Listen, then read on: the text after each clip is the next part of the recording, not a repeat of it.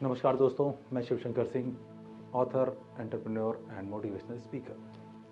आज मैं आपके साथ कुछ हिंदी की कहावतें और उनके भावार्थ शेयर करने जा रहा हूं, जो कि एक एक कहावतें अपने आप में पूरी एक चैप्टर के बराबर है। नाच ना आवे आंगन टेढ़ा, ये हमारे समाज की बड़ी भारी समस्या है कि स्वयं को शार्पेन नहीं किया और बताते समाज में बड़ी समस्या है। अरे भाई, जब चाकू को धार नहीं देंगे तो काटेगा कैसे। नौ नगद न तेरा उधार, ये बिजनेस कम्युनिटी के लिए लागू होता है कि यदि 9 रुपए में बेचने पर नगद पैसे मिलते हैं तो 13 रुपए के चक्कर में उधार देकर अपनी कैपिटल को मत फंसाइए और अपने व्यापार को सुरक्षित रखिए, क्योंकि नगद रहेगा, कैश फ्लो रहेगा, मार्जिन कमाएगा, कोई बात नहीं, आप बिजनेस कर पाएंगे।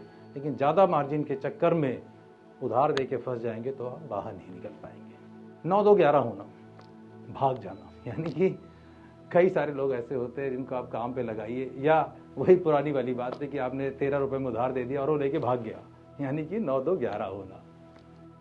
जाके पाँव न फटी बिवाई, वो क्या जाने पीर पर आई, ये लीडर्स के लिए बहुत लागू होता है, क्योंकि जिस व्यक्ति ने स्वयं काम नहीं किया हुआ है वो लीड भी नहीं कर सकता। लीड बाय एग्जाम्पल तो है ही है, लेकिन लीड बाय एग्जाम्पल तभी होगा जब आप स्वयं उन स्थितियों परिस्थितियों से गुजरे होंगे। तो इस बात का ध्यान रखने की जरूरत है। ये आप समझ सकते हैं कि भारतीय कहावतें, दादी नानी की कहानियां, दादी नानी की कहावतें, ये बातें कितनी महत्वपूर्ण है, जिसपे आज बड़े बड़े लोग बड़ा बड़ा लेक्चर देते हैं। एक एक चैप्टर इसी पे समाहित है।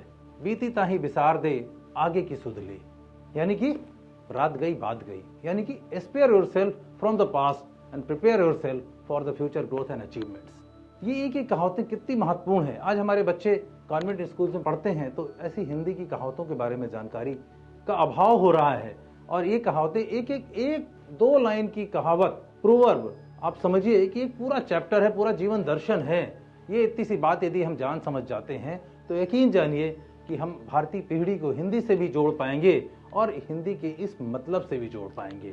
साथ में दादी नानी को भी हम कहीं ना कहीं महसूस कर पाएंगे कि दादी कुछ कहती थी, नानी कुछ कहती थी। आपको भी याद आ रहा होगा कि कभी आपकी दादी ने सुनाई होगी, कभी आपकी नानी ने सुनाई होगी। 9 दिन चले अढ़ाई कोस ऐसे तमाम सारे लोग हमारे समाज में पाए जाते हैं, कार्यालयों में पाए जाते हैं, सरकारी कार्यालयों में पाए जाते हैं। दिन भर काम किए, रिजल्ट 0। तो मैटर ये नहीं करता कि आप कितनी देर तक काम करते हैं, मैटर ये करता है कि आप कितना काम करते हैं, रिजल्ट कितना देते हैं। तो 9 दिन चले अढ़ाई कोस का मतलब ये है कि 9 दिन में कितनी दूरी, यानी कि इस कहावत का मतलब यही है कि आप रिजल्ट ओरिएंटेड रहिए, टाइम ओरिएंटेड मत रहिए कि मैं समय देता हूं। समय मत दीजिए भाई, अब तो वर्क फ्रॉम होम का जमाना है। अब रिजल्ट दीजिए कि कितना रिजल्ट देते हैं।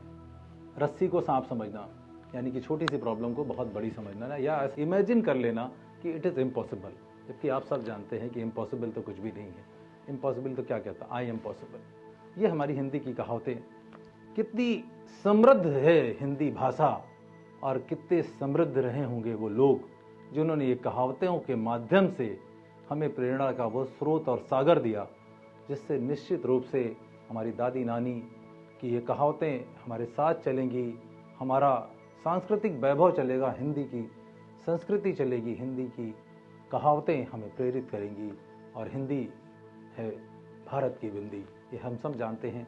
आगे मैं आपको और भी बहुत सारी कहावतों से रूबरू कराऊंगा, उनके मायने बताऊंगा, और हम अपनी इस हिंदी की गौरवशाली समृद्धशाली परंपरा को मिलजुल के आगे बढ़ाते रहेंगे।